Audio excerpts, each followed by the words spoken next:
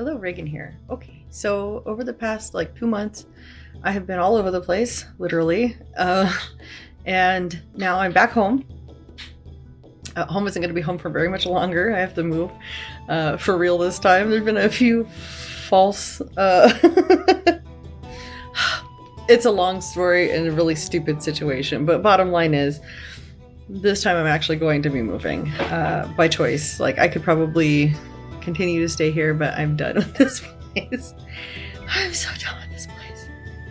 Anyway, but that's not what I'm here to talk about. I'm here to talk about a couple of things that I've done over the past couple months.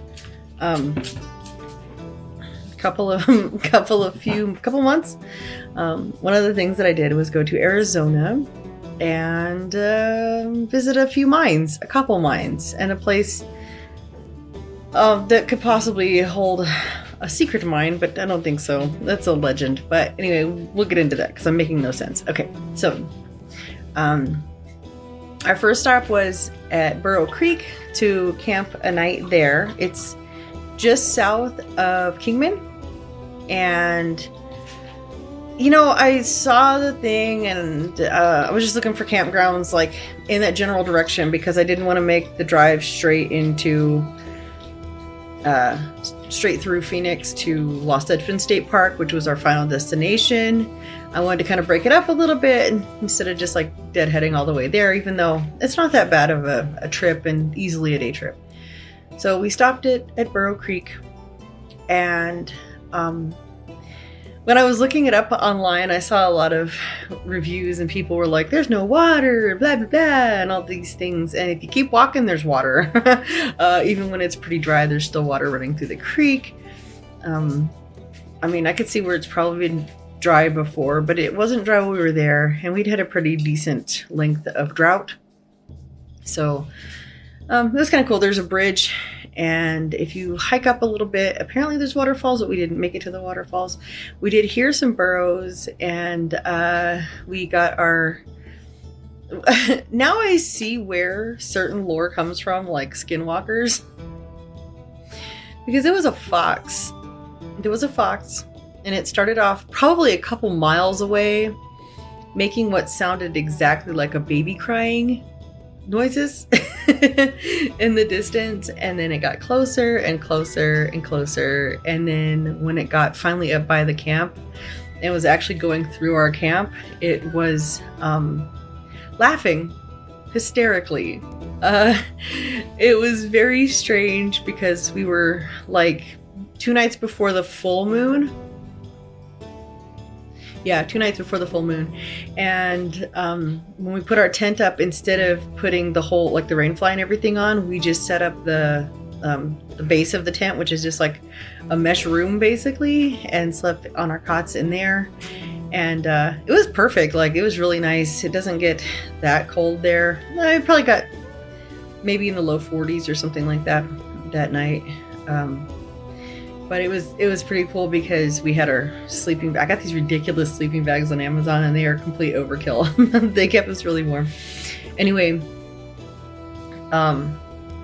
but this fox came all the way up right by our tent, just cackling.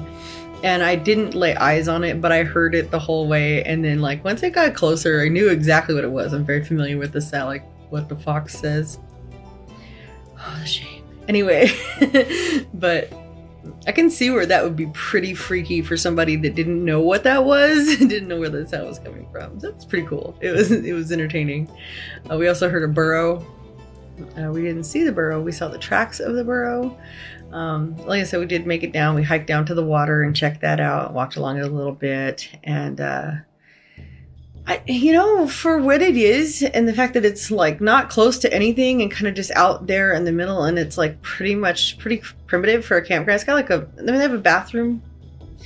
I think they have showers there. I don't know. Like, the bathroom we went to didn't, but I didn't check the ones on the other side. But they have like regular flush toilets and stuff like that. And there's a lot of RVers that stop in there. But yeah, it was it was pretty cool. It was cheap too. I think it was like $15 for the night or something like that. Some small ass amount. So definitely worth checking out Burro Creek. That was a very cool campground. It's very out of the way. It's far enough away from other things to where, you know, I mean, you do have highway noise because the bridge is right there. Not that far away, but it's still a pretty peaceful night because it's not a super busy road at night. So it was nice. It was really nice. I really enjoyed that little spot, and there was a lot of little fun trails and stuff to go walk around and a lot to do there, despite it being, you know, a primitive, out of the way area. So I will definitely be going back to there, and you know, we'll probably make that like the destination versus just a stop along the way, because it was a lot of fun. Really enjoyed it. So we spent a night there, and then after the night there, we went to we headed on in and went to Lost Dutchman State Park. I had reservations for 2 nights there. And I think we were the only tent campers. Everybody else was in a trailer or an RV or something like that, which is common during this time of year. Mostly in general. There's not that many tent campers down that way, which is kind of funny because it was perfect.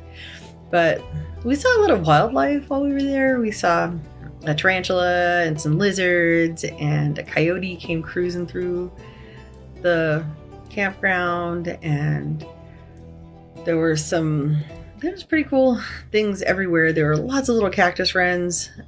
They were adorable. And we did about half of Flatiron. I wasn't feeling well, not like super sick, and it wasn't like, you know, the Ronas, but I was definitely under the weather, which is kind of common for me lately for some reason. I don't remember getting stupid, like random little like virusy sick things all the time as much as I have the past like year or so. It's been pretty rough. Anyway, but either way, we still did get out and get a little bit of walking and hiking done. Not nearly as much as I wanted to, but at least some. And we saw some cool things. And then while we were there, we went to the Lost Dutchman Museum, which is pretty cool because they have a lot of information about the area and the lore of the Lost Dutchman and all of that, which is very fascinating. I did a podcast episode on this a while back, which I will leave a link for down below, so you can check that out if you'd like to. And there's plenty of information online about Lost Dutchman.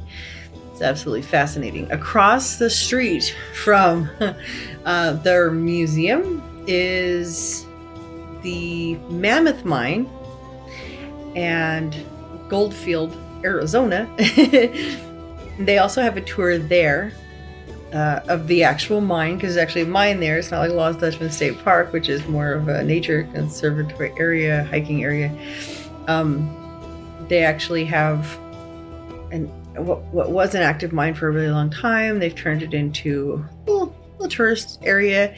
I believe I'm not sure who owns it now, but the owner, the one that originally set it up the way that it is now, bought it in the 80s. And he slowly built up all the original buildings and stuff into a little town. It's really cool because it was like some stuff that was still standing there. And then they also, like, you know, took materials that were used for buildings in the area and put it all together.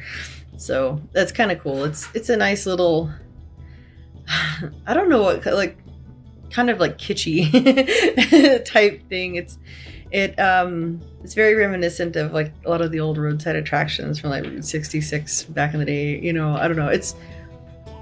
It's really fun though, and they have amazing ice cream. The ice cream is so good there. Oh my gosh, we had like 2 scoops of mint chip on a giant waffle cone, and it was like a whole ass meal. Like I didn't eat dinner that night. It was just so much food. It was so good though. And they have like gift shops and a saloon and a lot of little tour things inside there that you can check out, which is amazing. And we did the mine tour, and that takes you go downstairs, you go underground, and then you come back upstairs. And in the middle, when you go down the stairs, they put you in an elevator, but it's not really an elevator. don't think it actually goes anywhere. And the reason why I say this is because when you come out, you go back upstairs to get out, and it's about the same amount of stairs as you went anyway.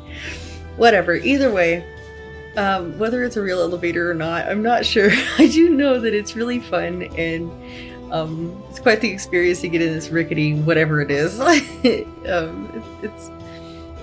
The tour guides there are very nice, very friendly, very informative. They know a lot of the history and information, and they're very colorful in their storytelling, and it's very entertaining, and it's a lot of fun. It's a lot of fun.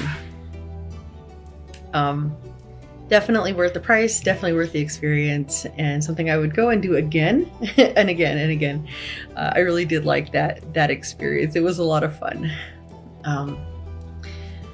We also went back because they have a night tour, which is a ghost tour, and they discuss a lot of the reported hauntings and stuff in the area. And it's led by a local paranormal group, which I will put links to all of this stuff down below so you can check them out. They are fantastic. It's really cool. Once again, tour guides are amazing. You can tell they really enjoy their job. They're very knowledgeable of the area and the history, and all of the stories and stuff are very colorful and entertaining. And it was great. It was a great experience. I had a lot of fun. Like I said, I would definitely do this again. And I took my 15-year-old son with me, and he enjoyed it too. So yeah, it was worth it. It was fun. So then after our couple nights at Lost Dutchman and hiking and doing all that fun stuff, we packed up and we headed back home. When we got to Wickenburg, I decided to take a little side trip and go down to the Vulture Mine, which is, I think it's about 20 miles or so south of Wickenburg. If you blink, you miss it, but the road, like, it's not that hard to find, actually. But anyway, so we took a trip down there, and the way that place is set up is, it's not as touristy at all. It's very out of the way. It's right next to an active mine, and you go there. When you pay, they give you a laminated paper. It's like two pages that gives you like a numbered list of all the buildings and a map of the area, and gives you a little blurb about each building. It's self-guided. They have like security cameras set up throughout to kind of keep an eye and make sure nobody's like messing with anything, so that you have the opportunity to go and just ramble about freely around the property and check things out at your own leisure and in your own time. Now, I believe they offer some kind of a guided tour or whatever, and I believe they also do like paranormal investigation stuff too at that location, but we were there just during the daytime during their regular like normal tour. So we did that, and the woman at the ticket counter had the cutest little kitten that somebody actually found out in one of the outbuildings, and that was really cute. It was adorable. The cat was probably like a month and a half old. Really adorable little fuzzy kitten. Anyway, but we took that tour. That was really fun because we were able to just go about on our own, take a look at everything, and as an extra added bonus, because I didn't bother checking the website right before I went there, Ray Villafane was there. So I was able to see a bunch of his work. It was really cool. I guess he does like a residency there part of the year. I don't know exactly like what his setup is, but he has his studio there, and for Halloween he carved a bunch of pumpkins, and they're like the styrofoam pumpkins, you know, and decorated a whole bunch of the buildings and area and set up all these little like tableaus everywhere, and then there's like this whole little town thingy. It was amazing. We got a lot of pictures of that and got to check all that out and got to meet him, which was really cool because like I said, his studio is there, and he there was a couple talking to him when we came in. We talked to him for a few minutes. Didn't take up a whole lot of his time. I don't like to bother people very much because I have the gift gab and I'll blah, blah, blah, blah, and sometimes it's uncomfortable. I'm like, okay, just shut up and walk away. And if I get nervous, I talk more, and it's just a whole thing. So we tried to like keep it short and sweet. And then another couple came up that was there from Canada, and they have a YouTube channel as well. They wanted to do like an interview and stuff for their channel. I didn't want to do all that. That's not what I was there for. I wouldn't want to like drop in on somebody and be like, hey, talking to this camera, you know. I wasn't there for that. So we were just there for our own personal enrichment and experience as far as like that went. And yeah, so, but I got to see Wickenberg's cabin in person. And if you've followed this channel for a while or follow me on Instagram or Facebook, then you know that I have this weird fascination with that stupid little cabin. And I love making miniatures. So I was able to actually go photograph Wickenberg's cabin on my own in person and see everything in person and get a better idea of like scale and what's actually in there. And I got to look through a lot of the older pictures of the cabin before they restored it, and got to see the hanging tree in person. I know, not exactly woo, but that was fun. That was a whole experience. I liked, like, there's a big contrast between the Mammoth Mine and Vulture Mine as far as like the way it's presented to you and the tour experience, for sure. But comparing them is like apples and oranges. It's two totally different things, and depends on what kind of experience you're looking for. If you're looking for the more like rambunctious tour guide, energetic, experience, and you want like the big group to go through the tour with, so that you can like feed off of what the experience of other people going through it as well, and that, and the like higher energy or whatever, then Mammoth Mine's for you. Goldfield, that's totally for you. That's the place. Goldfield, Arizona, not Nevada, Arizona. Okay, totally for you.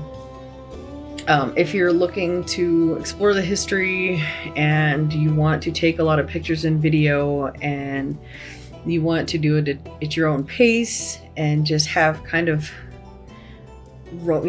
free roam ability to take it in as you want to, then obviously Vulture Mine is for you. It's wonderful. It's a great experience and very interesting. And all the money that, all the proceeds from their tours and everything that they do there go toward paying to have more and more of the mine and the outbuildings restored, so that they can offer a better historical experience and whatever. A lot of artifacts there, a lot of really cool things, and it's very, very fun and entertaining as well. But like I said, not as ramped up as going to the other one, which was great. Like I said, it's two different experiences. But yeah, I mean, the whole trip was great. And like I said, I took my youngest son with me, and he had a blast, and we did have a lot of fun. And it was a lot to take in, and definitely something that I do want to go back and do again soon, because it was very, very fun. But yeah, I guess that's basically it. That's the main thing I wanted to talk about today, is just my experience with these two mines and one location based on a person that supposedly had a hidden mine. Whatever. Anyway, thank you for watching, and I will see you next time.